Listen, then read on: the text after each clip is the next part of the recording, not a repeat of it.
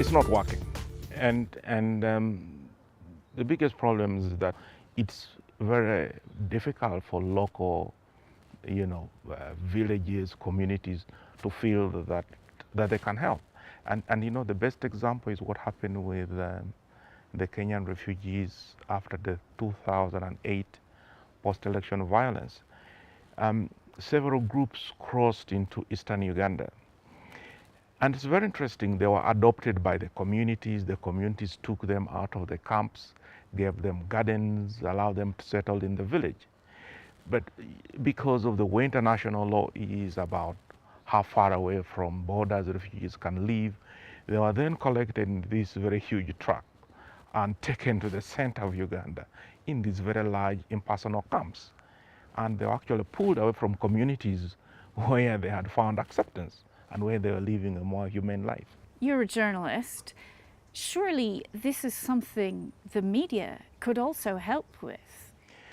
Actually, if you look at it from the big media point of view, I think the coverage of crises, refugee crisis, name it, has actually got worse, particularly in Africa where the reforms of the last 30 years have expanded economies and mainstream media are continually profitable. These kind of issues don't track well. A mobile company doesn't want to run its ad next to a story about refugee camps. A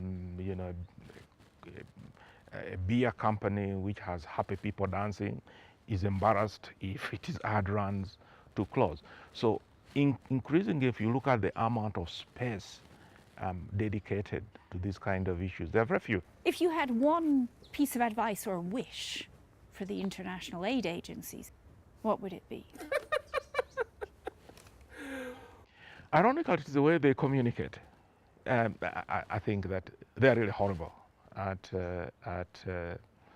communicating. That the corporate sector has done a lot more to communicate and get their story across. Anyone who's active on on social media or blogs like I do knows that when you tell a very personal story, you get 6-10 times more retweets and attention. They need to miniaturize the experience of of what it means for people to be vulnerable. They need to approach support and humanitarian assistance in such a way that good people, well-meaning people who do not have a lot of resources can feel that they can participate, that they can contribute.